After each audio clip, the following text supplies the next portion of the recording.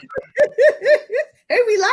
Oh, And we're live. What up, party people? It's your boy, As a Kiwi. And this is Lydia. And this is Brian. hey, it's Lorena, the regulator. Yeah, and welcome to the Hit List Podcast Network. What up, y'all? How y'all feeling? How y'all doing? Feel good. Happy Juneteenth weekend. Happy Juneteenth weekend. How y'all spending the weekend? Being black. Being black. Being black. You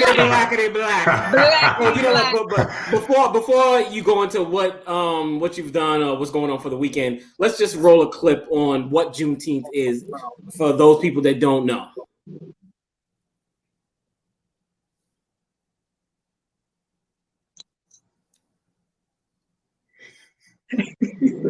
I'm assuming the clip is rolling. I don't know. I don't know. The last time. Well, happy Juneteenth was yesterday. Okay, Wait. It actually is not rolling right now. No, it's not. Okay, so we're gonna keep rolling. Okay, we're gonna keep rolling. Yes. Juneteenth is. Oh, there's the clip. I don't hear any sound. No, it's no sound. Okay, go ahead. We're getting it together. This is a new show. What you say? Everybody. We're trying though. We are live. Number of Union troops who enforced the new executive order. However, on the day of the week. Heard of Juneteenth, but what exactly is it? You're probably wondering it's probably a day of the week. Well, yeah, partly you're correct. Well, according to Juneteenth.com, Juneteenth is the oldest known celebration commemorating the ending of slavery in the United States. Dating back to 1865, it was on June 19th that the Union soldiers, led by Major General Gordon Grange, he arrived in Galveston, Texas, with the news that the war had ended and that the enslaved, they were now free. Now, note that this was 2.5 years after President Lincoln's Emancipation Proclamation, which had become official January 1st, 1863. Now, the Emancipation Proclamation had little impact on the Texans due to the minimal number of Union troops who enforced the new executive order. However, with the surrender of General Lee in April of 1865 and the arrival of General Granger's regiment, the forces were finally strong enough to influence and overcome the resistance. So the former slaves, they were pleased with this news from the general. So many left the plantation and went north. Others wanted to reach family members and went to states like Arkansas, Louisiana, and Oklahoma. Now, the celebration of June 19th was coined Juneteenth in view with more participation from descendants.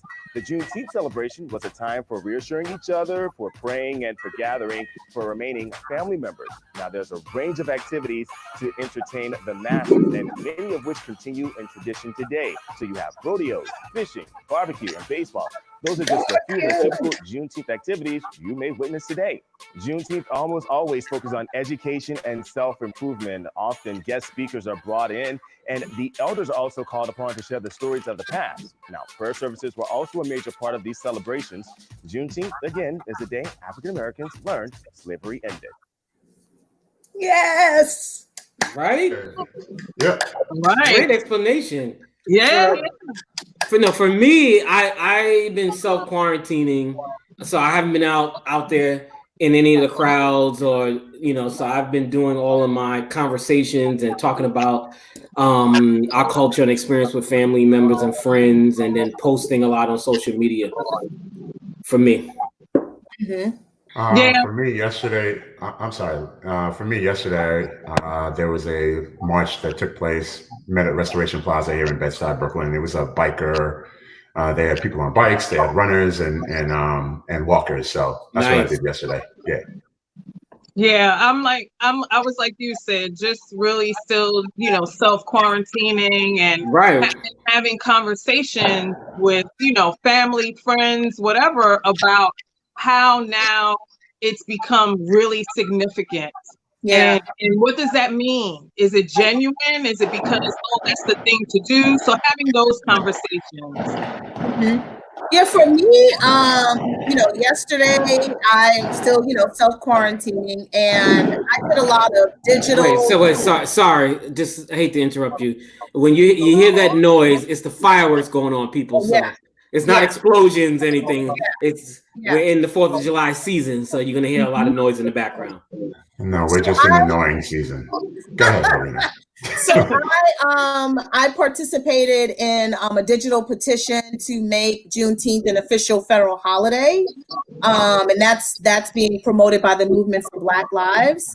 And I also put some history on my Facebook page about Juneteenth, and that it's an American holiday. It's not just a Black holiday, and all Americans should be celebrating it the same way we celebrate July 4th. So that was what I did yesterday. And I'm just, my son Taylor said, I didn't hear much about this Juneteenth thing before. And I said, yeah, I said, I didn't really talk about it much. I said, but, this year is different. And it will be different going forward. And so I'm really happy that, African Americans and Americans, period, are embracing Juneteenth. Yeah, I didn't learn about it in school. It's probably been within the last 5, 6, 7 years that I've heard of it. Yeah. And then I've seen different things and clips, but we never discussed it in any of my schooling growing up or had conversations. We spoke more about Kwanzaa.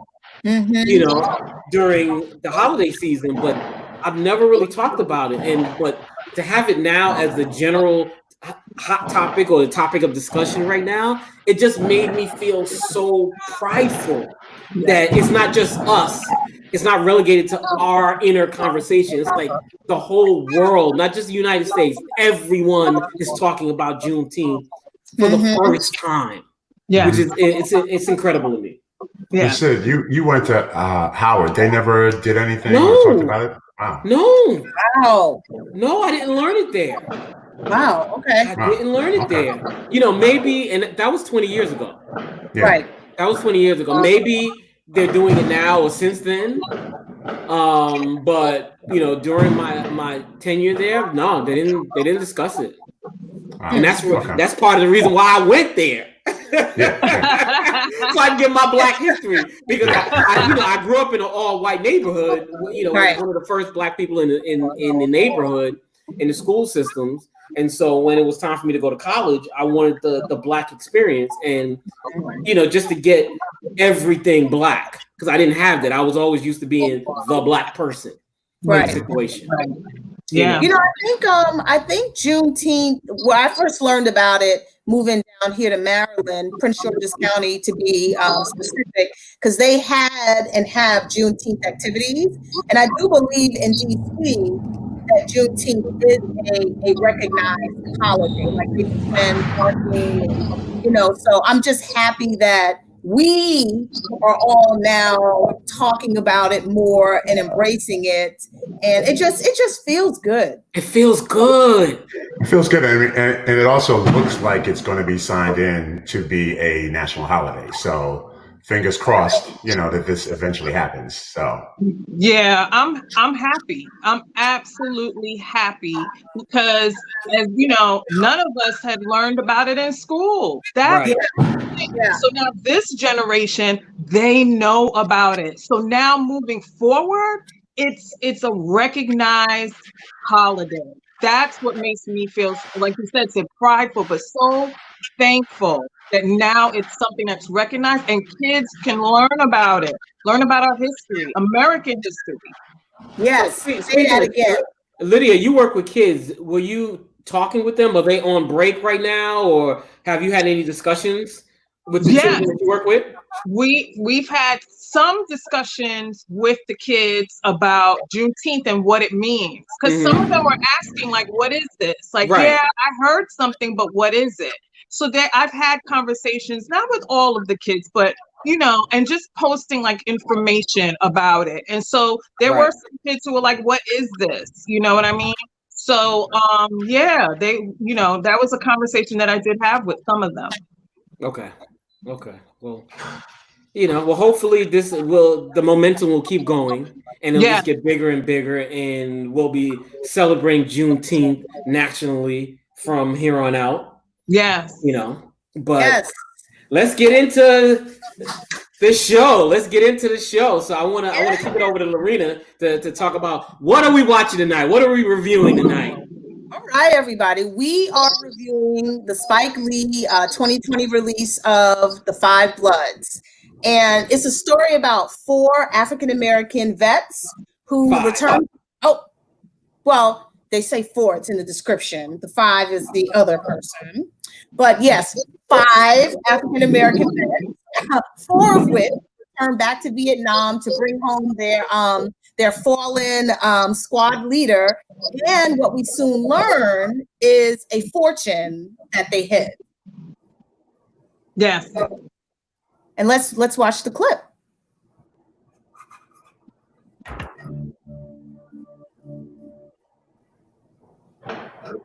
My conscience let me go shoot my brother, some darker people, some poor, hungry people in the mud, big South America, and shoot them for what? They never called me nigga. They never lynched me. They never put no dogs on me. They never robbed me of my nationality. Oh, okay. Okay. I thought it was a little longer than that. Yeah. Okay. Can I just wait? The clip is over? Yeah. Can I just say one thing? Yes. So for those that are listening in, you are going to hear spoilers. So if you don't want to hear that, because we're going to talk about it, okay? So just to let you know, yes, there's going to be spoilers in it. So if you don't mind that, continue to listen in. Okay. So Thank you for that, Lydia. Thank you. Yes. Okay, Yes. So the movie is starring 5 incredible actors that normally don't get the shine or recognition.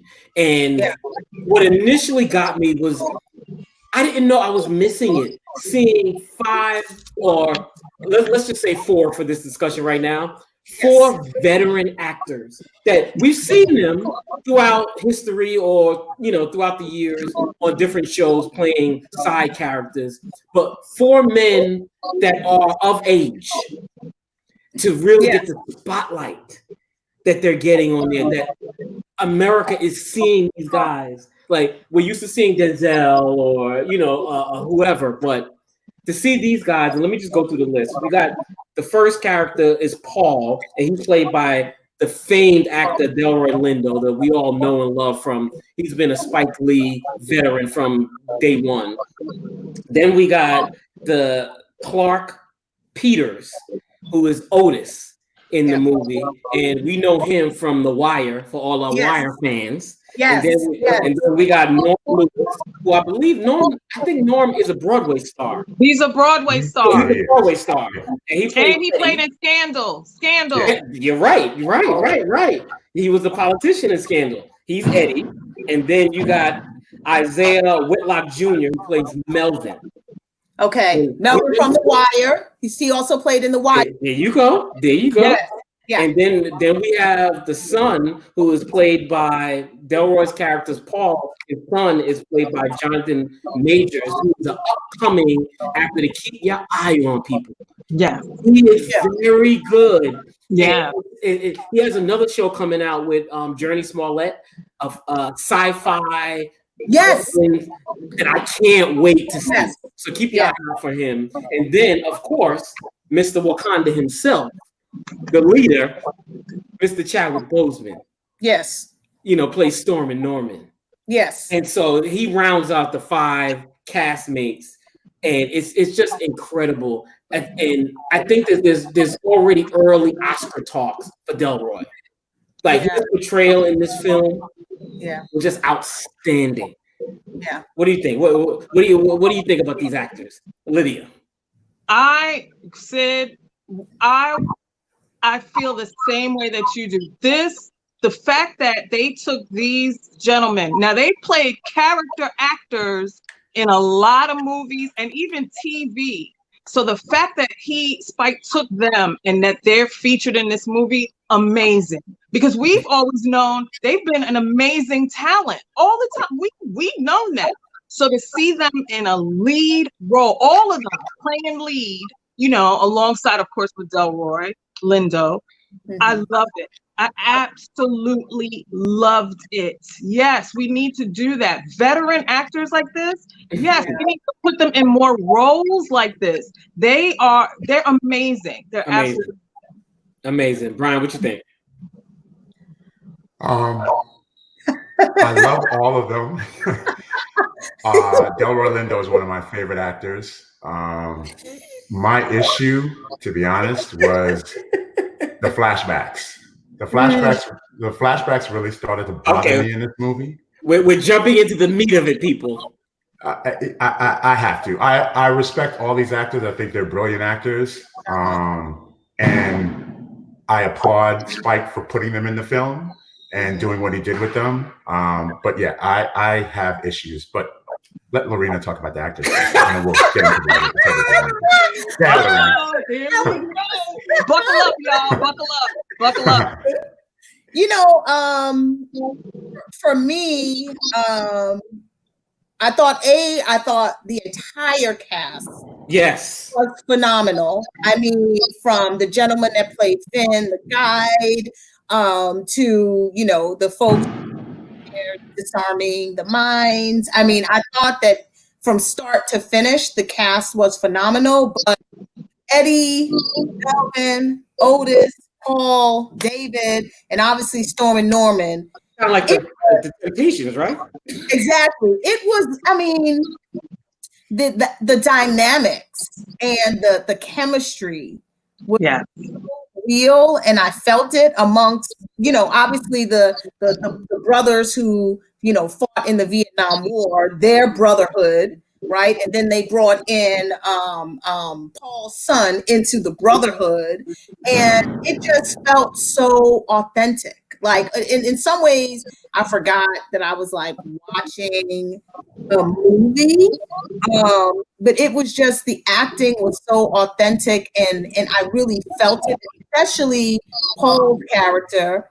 As a Black man, we don't typically get to see Black men with a lot of layers, especially emotional pieces and the real relationship between him and his son.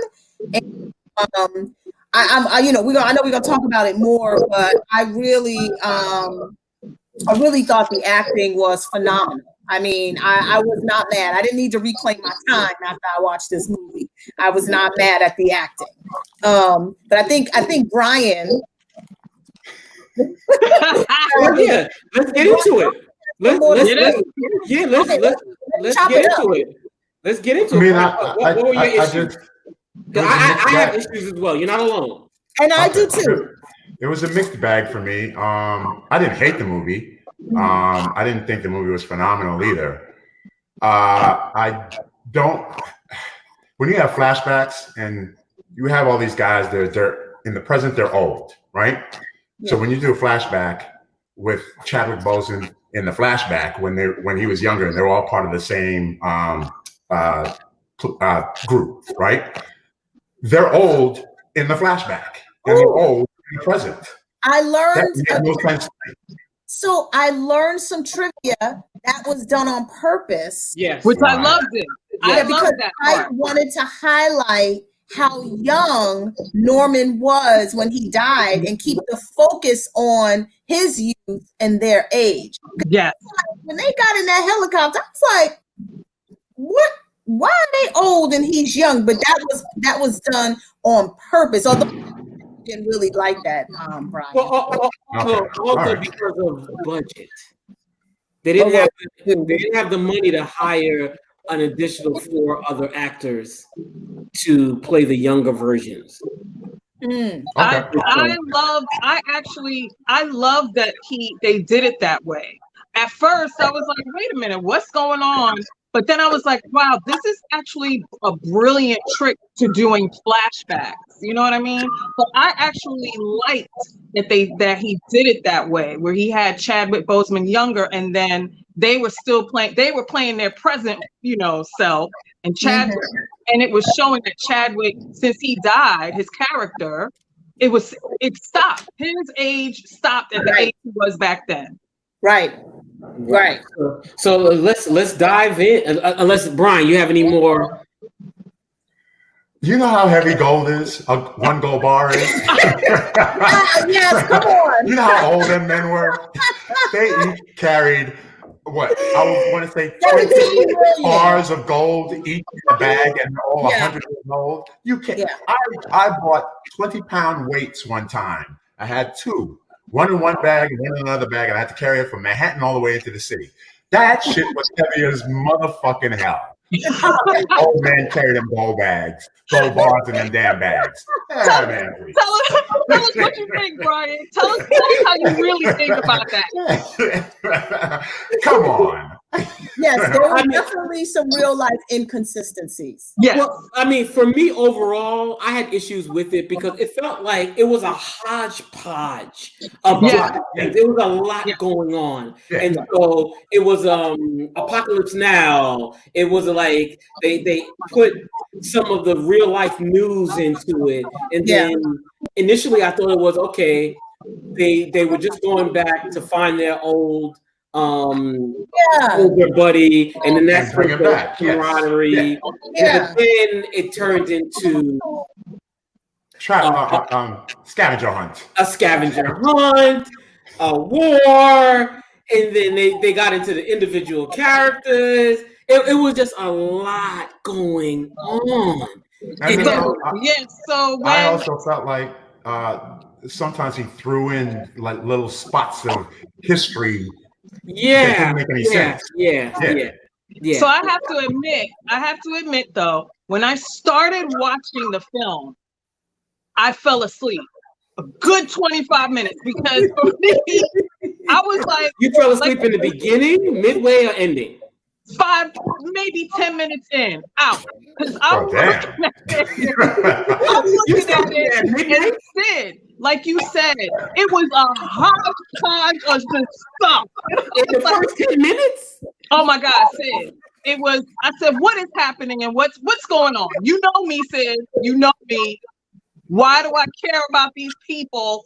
So, but then I rewinded it and I started watching it. When it got midway through, I felt like that's when I started to feel the story and what they were doing, and then their characters started to unravel and their relationship, and then it started to kind of play out for me. So I have to admit, like in the first half of it, I was just sitting there looking at it like, oh boy, this is gonna be long. But then midway through, I was like, oh, this is okay. I really liked it. So yeah, there were issues. Brian, yes, I had issues with it too. But overall, I was like, okay, good, but I did have issues with it. I have the opposite experience than Lydia. I actually found the history part, like, I found the history pieces to be so powerful and so much information that it took me a long time to get through the opening. Like, I had to pause it and be like, what did I see? Like, what is this? And some of it was, and I'll be quite honest with you, the movie was only like a little over 2 hours. It took me like double the time to get through it because of all of the violence and the gore. Like in the opening, when they shot that man, when they showed the clip of the man being shot in the head, I was like, I just stopped it. I paused it like, what am I watching? Like, what am I? Well, it's a war movie. To be fair, you're watching a war, and the Vietnam War. Yeah, but there's a lot, even just with the bombing, and you saw the mom carrying the child. What do you think they're doing? I mean, I know, but they tap each other. No. They tap each other out. Tag, you're it. Tag, you're out. Definitely, obviously it's a Spike Lee movie, so it's not, I've not seen that level of gore and violence. And so I was like, wow. And I had to actually take a moment to absorb, like, the Kent State University, all the different things that were happening. I had to pause and let that soak in. And so for me, I actually found the opening to be really powerful. But to kind of Sydney's point and Lydia's point, and when I first thought that I was watching or going to watch a film about these brothers in Vietnam with the flashbacks and, the whole goal, and I was like, oh, they came. It got real. It got really real. Yeah. It's like, buckle up. Yeah. And Archibald said those are famous. I'm sorry if I'm mispronouncing your name. Okay, you chopped up our producer. AJ in the comment. You just butchered our producer, the creator of the show. Never mind, the producer says Archibald. I apologize in advance for the butchering. I apologize in advance for the butchering. That's what we get for that's what we get for a special guest. Okay, so they are laughing at the special guest piece because I'm not a special guest. I'm a part of the show. When I watch the films and the TV shows. Right, she brings the spice. I bring it. She brings the okay. spice. Another thing. Yes. What was with all the damn Marvin Gaye music everywhere? Marvin Gaye top, Marvin Gaye middle, Marvin. It was like I think I wanted to. I didn't understand just the Marvin Gaye music in throughout the entire movie, and that kind of bothered me too.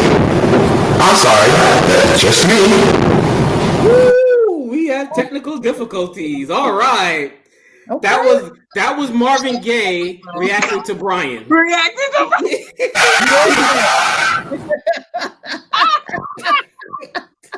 Oh my God. Well, okay.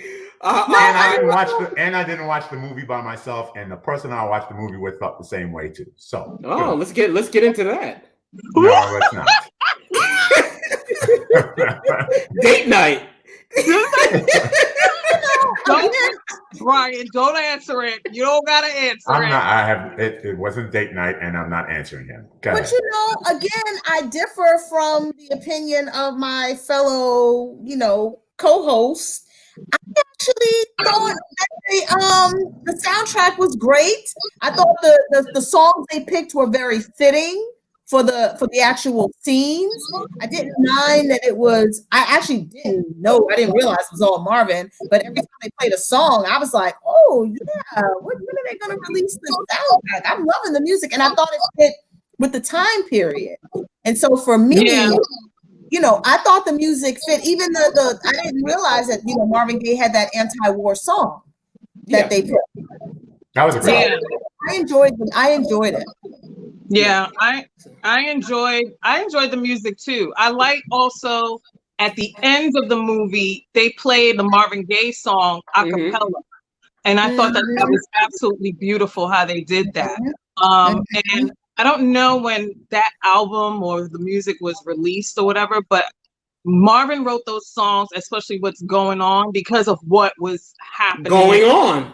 Right. Yeah. So I think that's why that became prevalent, or his songs became prevalent in the movie. So I like the music behind it. Sid, what you think? What you thought about the music? Look, for me, music is always like another character in a film. Yeah. And so it puts you in the mindset of the time period. Right. And so, and so it went along with everything that I was seeing, because those are the imagery that were coming into my mind when I heard Marvin Gaye, or I can't remember the other songs that they played, but it always plays another character for me. Oh, wait, can we stay on the music for 1 minute? Yeah. I wrote down, I loved the dance scene at the Apocalypse Now Club. Yes. Yo, you saw the flavor? You saw how much flavor going right here? I was like, okay. I love. Yes, I love that. I mean, it was just so much fun. Like, I wanted to be in the club with them. I wanted to be going down the Soul Train line and dance with them. you could see the bond, even at the and the friendship. Yes. The bond and the friendship. Yes. Can I That's just what say, reminds me, like, of us. can I just interject real? Go ahead. Yes. So can I interject and go back for a second? So Marvin Gaye's album, What's Going On, was released in 71, and the Vietnam War was from 55 to 75. Mm-hmm. So that music and what he wrote was about what was happening at the time. About what was happening at the time. Okay. Just to give historical context. Thank you. Thank you. So let's we were talking about Paul and Paul Groove, let's get into Paul's character. Oh God. Let's get into how much meat and substance he had. Okay, Paul served 3 tours in Vietnam. I mean, he was suffering from greed, violence, rage. Like, he watched his wife die from giving birth to his son. Yeah.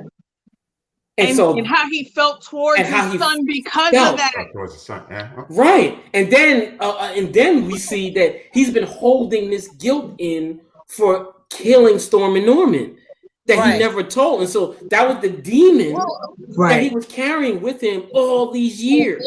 Yes. I also think he had some biases that when he came back from the war, because as a Black person that served, we came back home, we still faced, prejudice and, so he ingested those and became a Trump supporter and became one of those people talking about building a wall and that the immigrants are taken from us. And when they showed that clip of him at the Trump rally, I almost died. And that was actually funny. That was funny. Yeah. He was like, I knew that was your monkey behind Trump talking about, gay Trump, and then they showed Delroy in the back of Trump. But that just had me cracking up. But it's like that again adds to his layers. Yeah, and totally oblivious to what that would mean to the Vietnamese people, saying that America is great. It's like, you destroyed our country. Right. Mm-hmm. And to be sitting there with the hat on, and the disrespect also in the restaurant when the 2 Vietnamese men drinks to the table, and then the disrespect he showed towards them with the guy, the other Vietnamese guy sitting at the table saying, "Yo, that's my father." So yeah.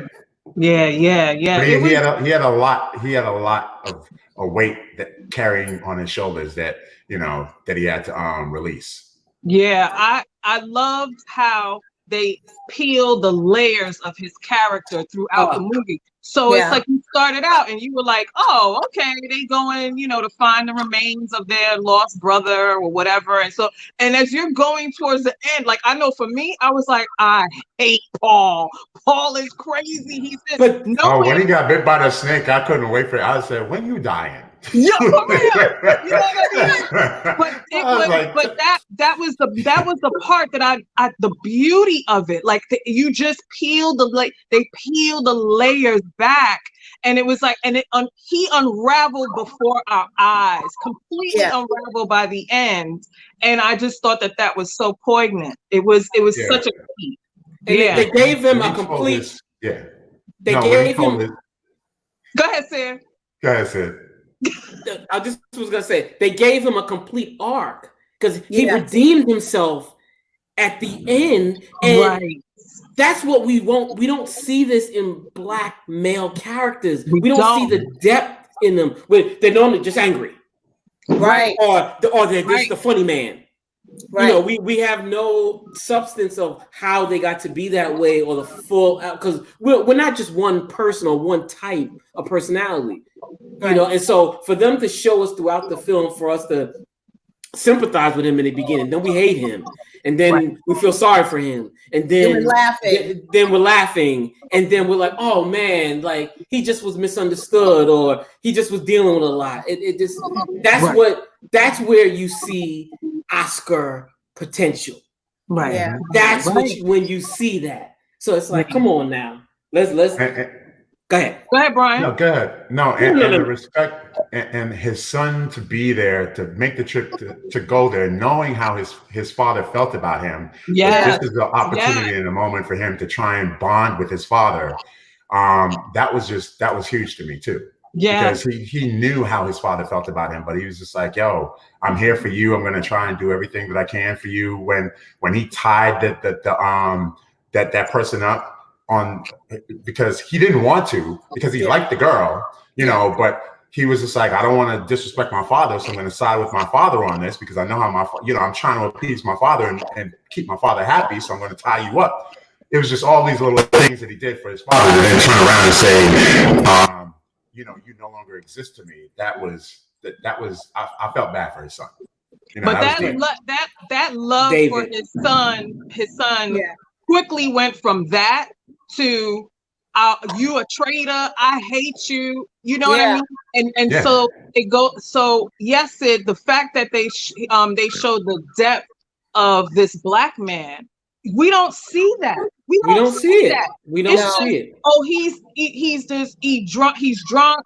He's crazy. He's just angry for no reason. Mm-hmm. But then you learn that why he had that feeling towards his son, because down he just blamed the son because mom, died at child, giving birth to the son. So and the son grew up to be the exact opposite.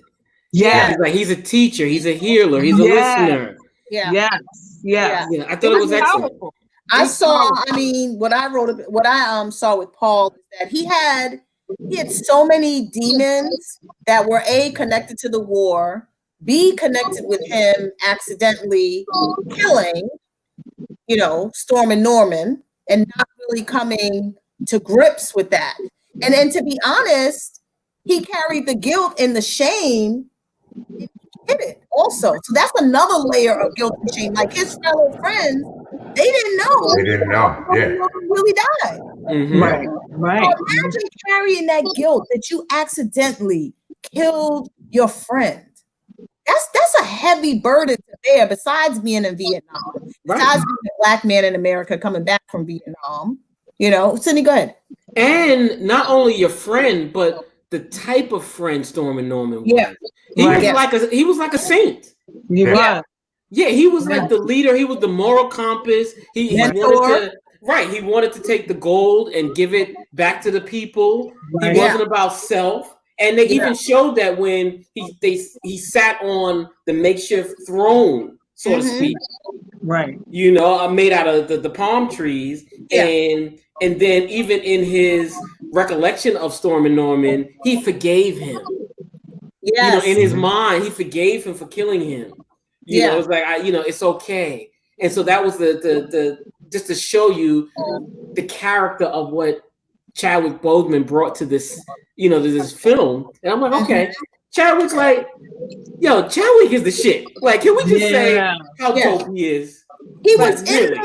He was in there for a short amount of time, but he made such an impact. Yes. Yes. Yeah. He really did. But I'm going to tell you one thing. I wasn't giving that money to charity. That money was going right in my bank account. What happened 40 years ago ain't happening now. Oh my God. Not even one gold bar. You got plenty. I'll give him one gold bar, but the rest of it is going in the bank. All right. So no Eddie for you, right? I wanted to go back to I forgot who said it, but someone was talking about how you might have said it, and Brian, about a hodgepodge of different themes that were put together. Yeah. So one thing that I really wanted and miss seeing more of is the relationship with Otis and his daughter, Michonne. It was like introduce and take it away. I was like, and Tien and Michonne, I'm like, I needed that storyline flushed out a little bit more for me. I was but each of the storylines could have been the film by itself. Yeah, that's a big deal. That's a big deal. But I needed a little bit more development between them because Yes. the daughter didn't know this was her father. And then all of a sudden at the end, she's like, "Oh, I love you, Daddy. I don't know you. You don't know me." Like, it was weird. That whole storyline could have just been removed. I felt like it was extra. That's a big thing where soldiers go and they got with the prostitute and then they left, and then it's not only just the prostitute and the soldiers, it's also Black Americans with the Vietnamese women, and then those children are born and then they're ostracized for being biracial and also American-born children, and so that's a whole movie by itself. Yes. It was like doing too much. Like, you introduced that theme. It was like, let me do the speed reading. Oh, let me introduce the theme. And it was literally like two scenes that dealt with that. That's it.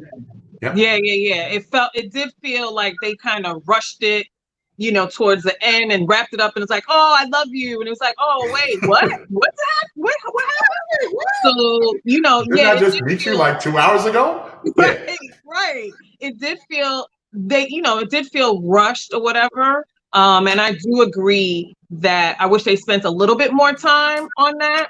But it is what it is. And I just felt like they could have spent a little bit more time on that good casting though, because they looked like father and daughter. That was good casting. Yes. Shout out to the casting. Shout out to the casting. He Spike normally does good casting. Yeah. Oh, he normally does, and so he got the casting right. Even the Vietnamese talent, they were all great. They were on point. That side, like, because you also got to see their perspective. Yeah. In it, like, that's another angle, another movie by itself. You're coming into our land. This gold initially was for us. It was America's payment to us. And so you're coming back here to take what is ours? No, you're not doing that. Right.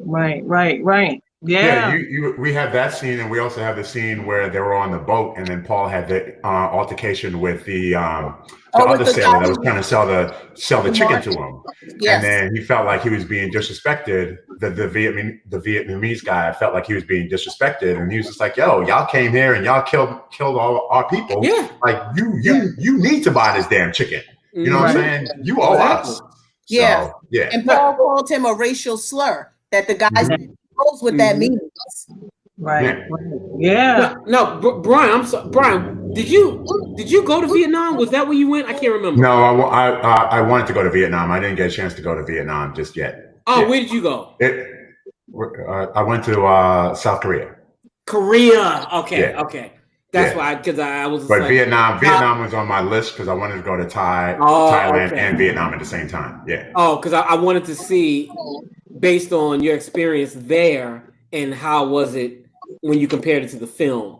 Oh, okay. Yeah, no, it's still on my checklist. And actually, when I was watching the movie, I kept saying to myself, I really want to go to Vietnam even more now.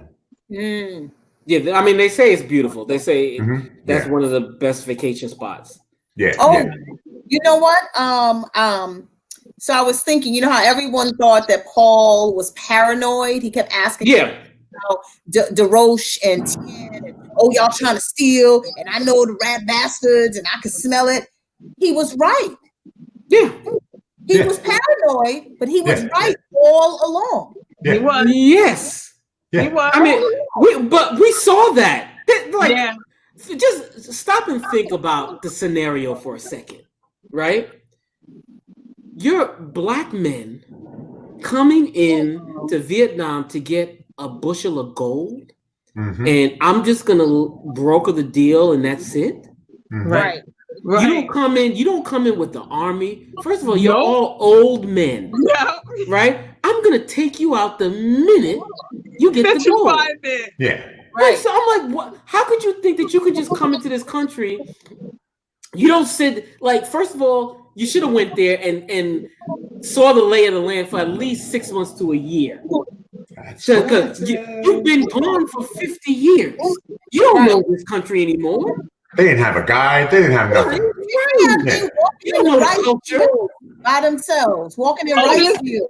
Otis had a hip problem. His hip was all jacked up. Who was the one with the pigeon toe, with the wicked pigeon toe and knocked me? Eddie. Right. Right. You need to survey the land and know what's going on, and then build a connection with the people so that you have a team going in. Like, they could have all had heart attacks. Anywhere. Yes. Yes. It was crazy. So I didn't understand how they carried all that gold out of there. Whatever. Right. And then you're gonna hand the gold over to this French guy that you don't know, and then he's just gonna break you off. Like, come on. And they throwing out numbers. They don't even know what the number is that all the gold adds up to yet. But I'm giving you $2 million.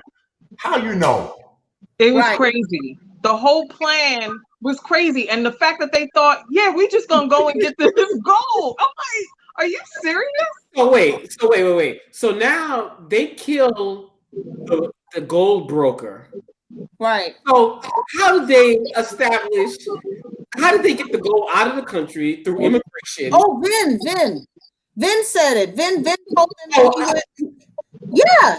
I missed that part. Go ahead, break it down. Yeah. No, Lydia, didn't Vin say he would help them? Am I making something up in the movie? Oh yes, he did. Yeah. That's right, he did. He did. They were able to. Yeah. Yeah. Go ahead. No, they were able to get it out. I think with his help, there was no other way for them to get it out the country without some help from someone. I mean, they couldn't. They wouldn't be able to. You know what I mean? So, and then I just assumed also that what's her name, Tien. I just assumed that maybe she helped a little bit in that too, or whatever. I don't know. You know what I'm saying? But how did she come up? She was a prostitute, and now she living the life. I'm like, you see her house? Again, she was a good prostitute. No, her wasn't no slouch. She was good at her job. How did she come up? Listen, when she was sitting there telling him all the names that they called her daughter and her, and that they was lower than her, I'm sitting there looking at her surroundings like, how did you get the come up? I mean, her face was snatched, her hair was did. She was like, and I'm like, wait, so what happened? So she not that no more. I'm telling you, they didn't play out her story. Their story at all. Yeah, they really did. It's like, what job does she have now? It's like, is she the minister? She could be the madam. Yeah, she could be the madam. But she handles the reason why she got involved with the gold is because she handles it. Seemed like imports and exports. That's what she said. And so I'm like, how you get your business with imports and exports? It was so much. It was crazy because I was like, Tien, what kind of imports you doing, Tien? What you bringing in and what you put? Like, come on, Tien, what you doing? No, it was all shady. You know she was into some stuff. You know she was. Come on. Yeah. And they went through a little civil war. What about all these people dead and died? Like, what? They just cleared them from that? They were able to just go home? First of all, how did the son, who has never shot a gun a day in his life, hit the man square in the head? Dead eye. Square in the head. It was mad. Yes, there were mad questions like, how did that happen? Okay, what? How did that happen? Yes, it was a lot of questions, and like holes here and there. It definitely was, but it was overall it was good. It was overall it's good. No, I mean, look. At the end of the day, was I entertained? Was I entertained? Yes. Did I have issues? Yes. But I think so. It's Netflix. Wait, if I paid for it, I would have been mad. But I didn't, so I'm good. So you did pay for it. You did. You're paying a subscription. Don't worry about what's going on up in my house. Okay. Here we go. Here we go. Here's something that has been bothering me, and it's a question that I've had the whole time, right? So Brian said, how did they carry the gold, right? Yeah. Because it was heavy. Everybody had some gold. Who carried Norman's bones? That's what I said. Oh, yes. Bones. Yes. I thought that Paul had the bones at first, but then he went off into the sunset. So how did they make the exchange? Yeah. Bones? Yes.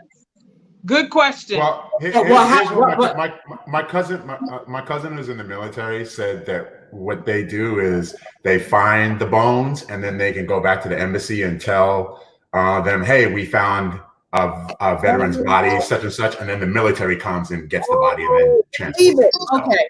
Yeah. Okay. But it's not just Norman's bones; it's the rest of the crew. But they you're gonna take Norman's bones back, but you're gonna leave the people that just came with you down there. They did. Like, Otherwise they wouldn't have. Who's it? Melvin had a wife and son. You didn't bring his bones back? There's no way to explain. There's no way to explain the rest of them. Right. Melvin's wife and kids got the money. So, that's when they opened that. Sayonara. Where's his remains? In Vietnam. In Vietnam. Yeah, but why would you leave them there? Because it was. How are you bringing them back? You can't bring them back. The same way you brought Storm and Norman's bones back. No, Storm died in Vietnam. So did they. So did they. Not. They died in this war. Yeah, but Sydney, remember Storm and Norman. Well, Storm and Norman's bones, all the skin was gone, and it was just bones, right? The people that just died are flesh. You want them to carry back pieces of flesh and skin. Right. You know, they can. That's like bringing back a dead body. They're bones versus a dead body. And what Brian said is that you call the embassy. And now that you said that, Brian, I remember them. But you also call the embassy, and the embassy. You can't do that because you have to explain the shootout and the gold. You can't do that now. How do you explain the people not coming back? They didn't. They just died. They died. They died. They wouldn't have been able to explain that. Okay, so Lydia, your husband goes to Vietnam, dies. You don't want his body back? You just say, okay, I'll take the $2 million and I'm good? No. So what do you say? It depends. You explain to them what happened. Oh my God. No, what now, you have to explain to them what happened in Vietnam. Wait, we all talking over each other. Then, if he's a good husband, yes, I'm going to question. But if he beat my behind every day, I'm gonna be like, give me that $2 million. I don't care what happens to him. No, what you have to do is when you get there. What you have to do is when you get back home, you have to explain to the loved ones what happened over there. There's always a risk and a chance of what was going to happen over there. They went for gold. Right. They went for two things. They went for two things. So you explain to the loved one, we can't bring him back because this is what happened. We had a shootout. He got shot over there. But here's $2 million for you from what we found out there. Sorry for your loss. Right. But, hey, you're rich. Right. Because I remember we're talking about loose ends that weren't tied up. Sydney, listen. So what we're talking about is we've been talking the whole movie about things that were left like loose ends. And so we don't know if there was a conversation beforehand that said, hey, I'm going to get this gold, and, there's a risk because you're going over to a foreign country. There's always a risk of something happening, and so that's one of those things that we don't know. What Brian said might have happened. They may have had that talk. I don't see, based on these characters, I don't see the characters telling anyone that they were going to get gold. I think that they only said to their family and friends that they were going to reunite and see if they could find the body of their friend. The gold is something how are you explaining $2 million and $3 million and all these checks that you're passing out all over the place when you get back? So we have real quick. We got about 5 minutes left. So not to cut you off, but we have a comment in the box from D Low. 2 comments. He said that movie was disappointing, and he said, how do you flashback and they were old, and he I couldn't get over that. So talking about the flashbacks, how they were old, Chad was D-Lo, we talked about that earlier, so and you're gonna have to rewind the tape. And I have a quick while we're running out of time, I have a quick question for all of y'all. No, we have time, Brian. We have time. Do you think that this was a date night movie? No, this is a war movie. No, this is not a date night movie. No, yeah, I remember. So when Saving Private Ryan came out, y'all remember that movie, right? And how brutal it was in the beginning. I actually went on a date to see that movie, and I was like, I'm never going to do this again. It was traumatizing. You know what I mean? So, no, it's not a date night movie. That's definitely not. No. Chrissy Murray replied no. In the comments. Yeah. I'm sorry, in the comments said it's not a date night movie. I think definitely not a date night movie. And after talking to a few people who have seen the movie, a general theme emerged that like, people didn't watch it, at least people I talked to, in one sitting. Like some people needed a break. They had to like turn it off and come back to it. And that was my experience as well. Like I needed a break. Yes. Yeah, I didn't. Okay. 2.5 hours. So Sid, ask about what do we rate it? What do we rate it, people? Let's go around the room. I'll give it a 2.5 out of 5. I give it a 2.75 out of 5. Oh. Let Brian go last. Okay.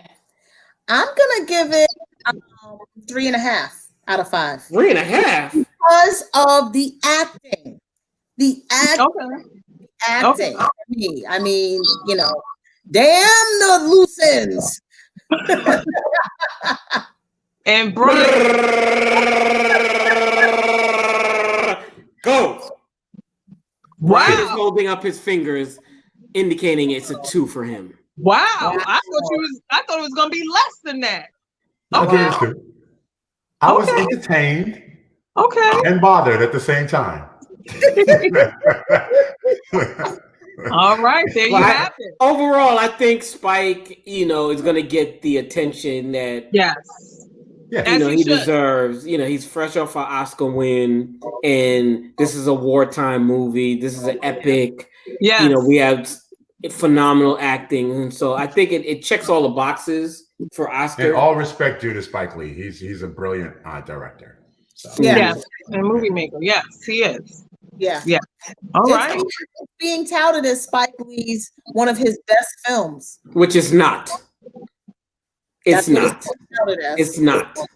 Wait, what's his best film? They're saying one of his best films, not it's nothing. Not. This is not even in my top. Not even close. My top 10 or top 3 or whatever you want to call it for Spike. Yeah, I don't. Brian had to bring it. Not even close. Not even close. No. Yeah. No. Yeah. Would you watch this movie again? I did. Never. No, I mean you did it for this. Yes. Would you do it on your own? You know what? That's a no. That's a no. Knock it off, Lorena. Knock it off. With the hand on the chin. Knock it off. No. That is a no. You want to spend? Oh my God! It took you 4 hours to watch a 2-hour movie, but you're gonna watch it again? Knock it off. Chrissy said in the comments, no, she wouldn't watch it again. Yeah. No. What? I got other things I need to catch up on. Woo! Well, I must say it was a good film for the moment. For Juneteenth. Yeah. It was an educational experience, and so it was good for us to see another perspective in a Black film, to get some historical references and so kudos to Spike on that. Thank you. The 5 Bloods, Spike Lee. 5 Bloods.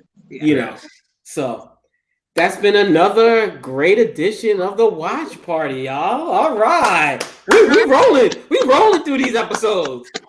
We doing it. Thank you to everybody for joining us. Tell your friends. Bring a friend's time. Yes, share. And then you can catch this also on YouTube after we're done if you missed any of the parts. So we want to thank you all for coming and see you guys next week. See ya. Watch Party. We'll be back probably. We'll be back on Friday at our normal day and time. Yes. Bye, everyone. Later. Bye.